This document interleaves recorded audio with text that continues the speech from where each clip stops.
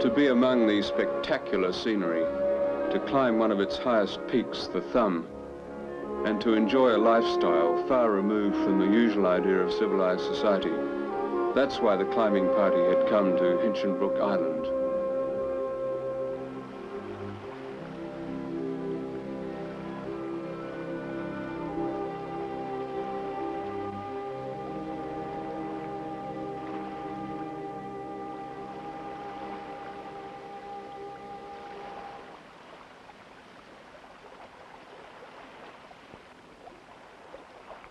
The island lies just off the North Queensland coast, near the town of Ingham. It rises abruptly out of the Coral Sea to heights of more than 1,000 metres. It's a national park whose unspoiled beauty is seen only by the occasional fisherman or climber.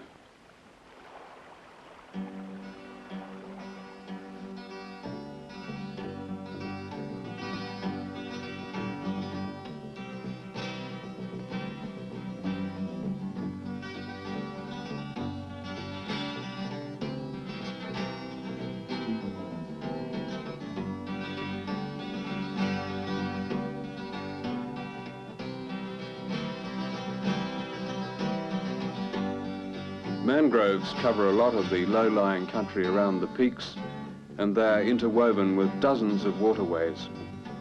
These estuaries are alive with crocodiles, but man seldom sees them.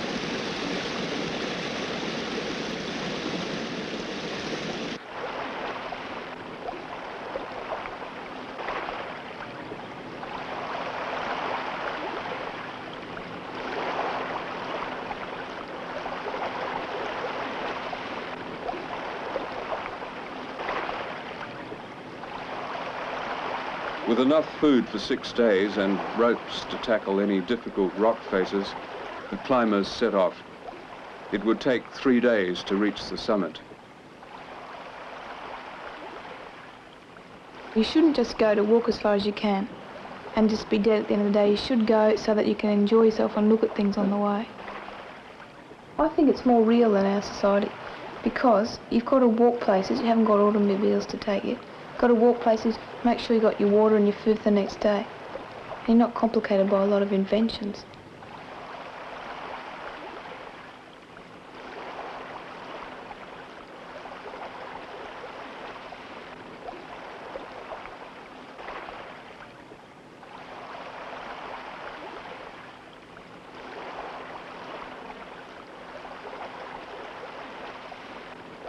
You tend to drift away more in your thoughts when you're walking along the beach rather than when you're walking through bush, because you're not concentrating on what you're walking on, you're just thinking, I suppose.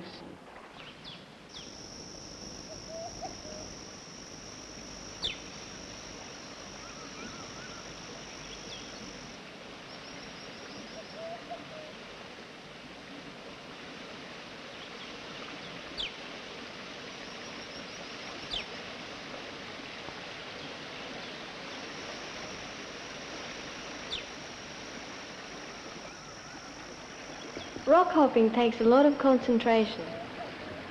You have to watch all those slippery rocks and The ones that might be a bit unsteady and keep up the pace because there's someone behind you.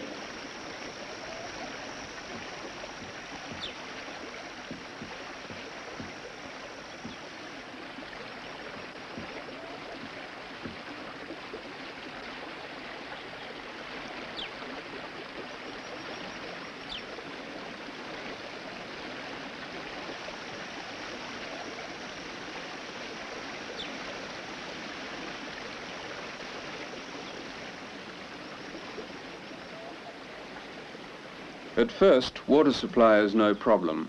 It seems to gush out from every crevice in the rocks. Higher up, however, because of the steep terrain, runoff is fast and rock pools soon dry up in the tropical sun.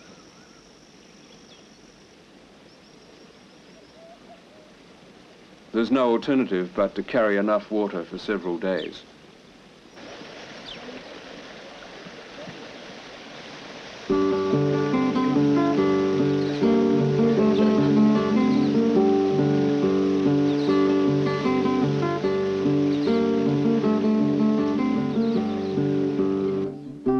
Summit of the Thumb, this huge granite monolith, the party's objective.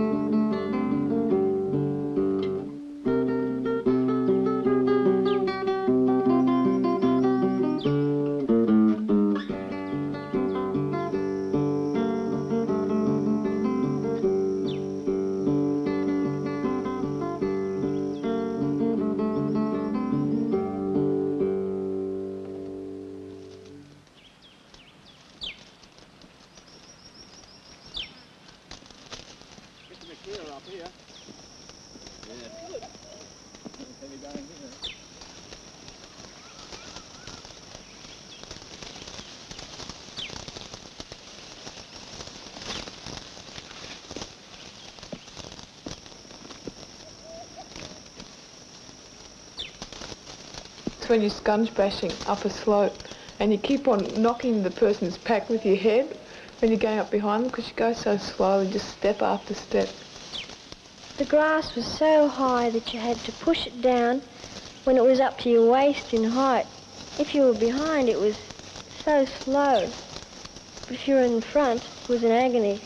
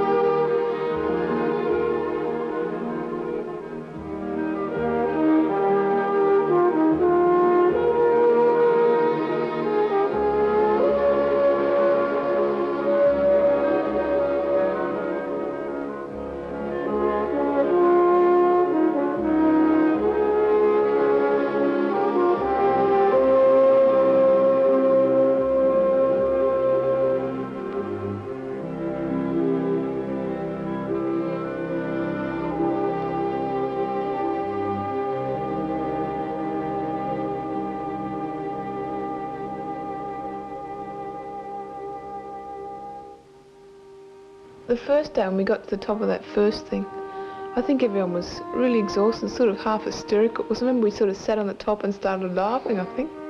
It was sort of very strange. You knew you were on top of something because nothing went up above you. You just didn't know where you were because it was entirely covered round with cloud. You just knew you were somewhere, but you didn't really know where you were.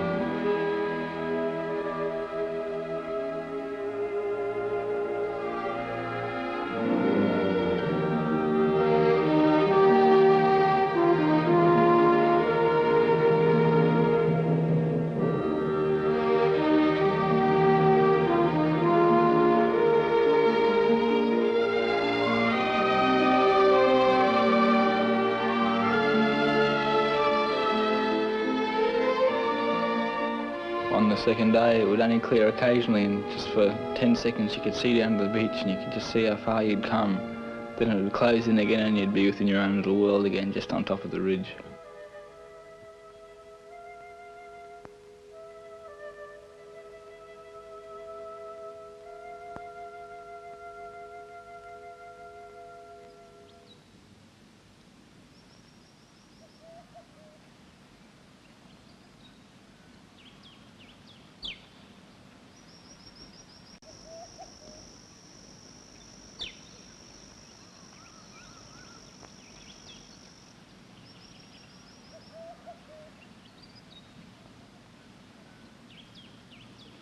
I was feeling really miserable about whether the rain was going to stay for the rest of our trip. We weren't going to be able to see anything, just the clag around us and each other's faces.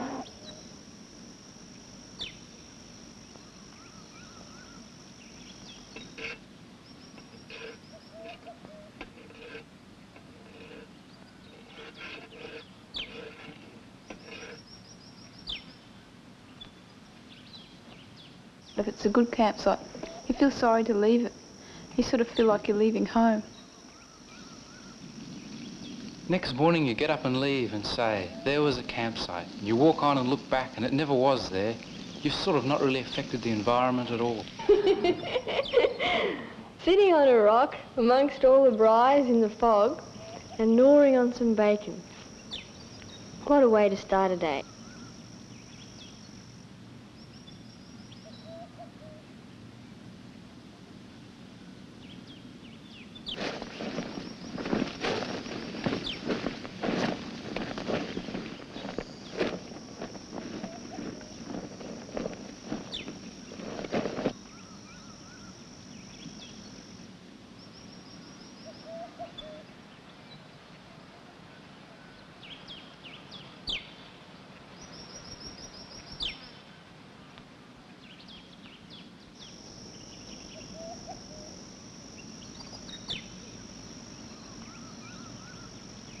It's amazing when you turn up at a supposed campsite at the end of the day and you think, oh, what a horrible campsite.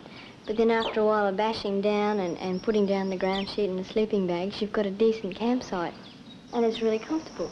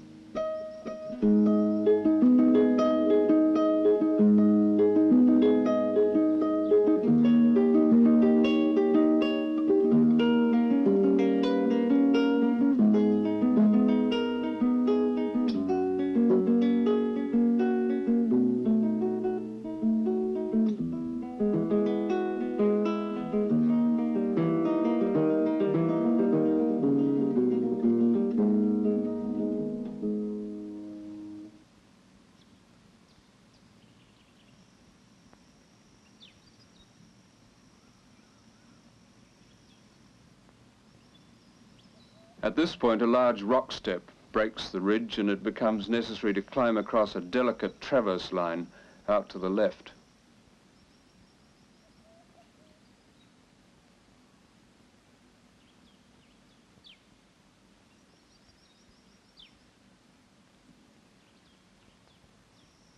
When you're climbing, you seem to forget everything except the rock in front of you. That's all that seems to count. And you're always assessing the situation, making sure you're not getting yourself into danger. The rock here was wet from cloud, and that made it extra hard.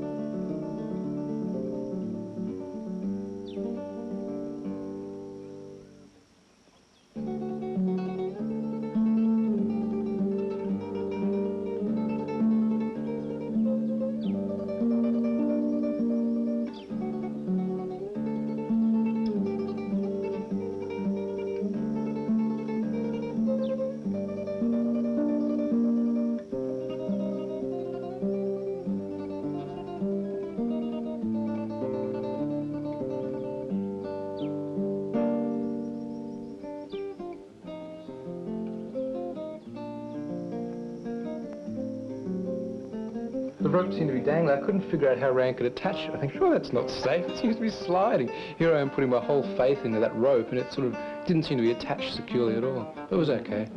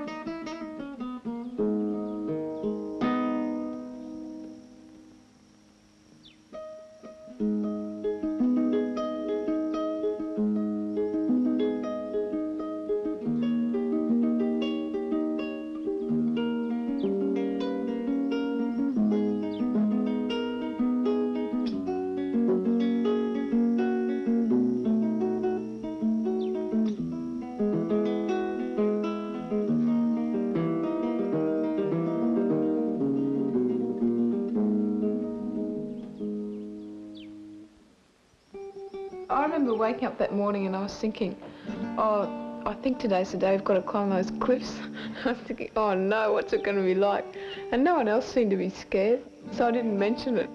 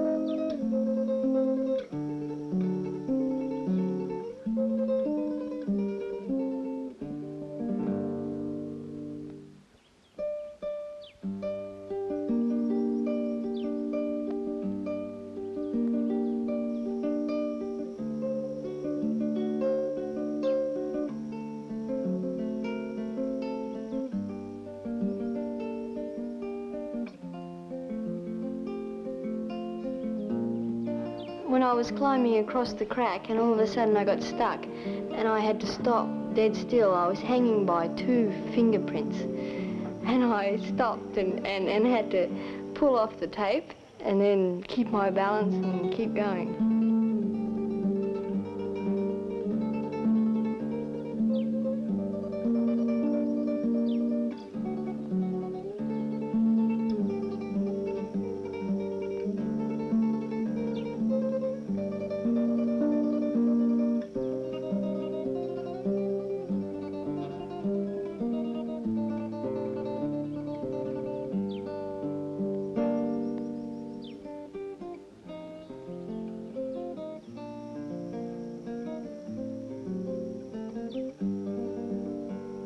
It was now late in the afternoon. This final obstacle, the perilous rock cliff, had been climbed and the summit conquered.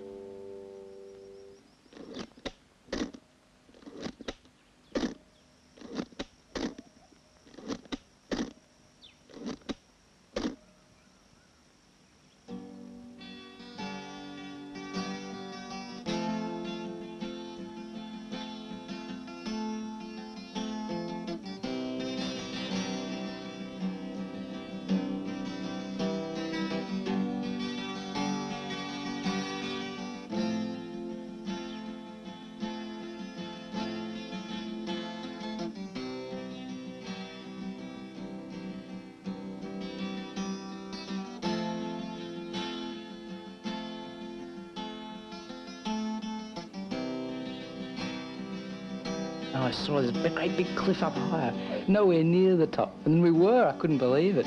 I got through and shouted back down, we're there, we're at the top.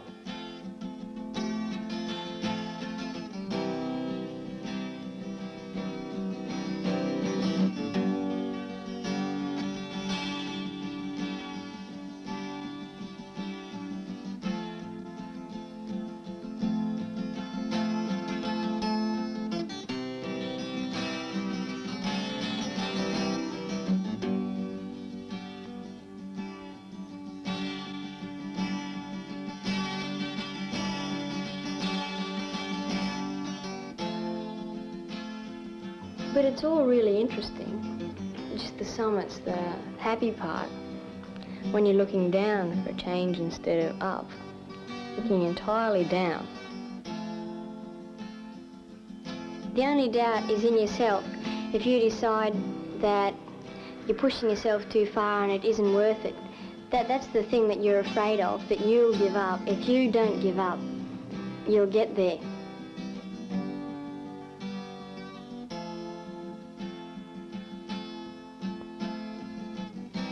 After it's all over and you've reached the top, you can always say, you know, I climbed that.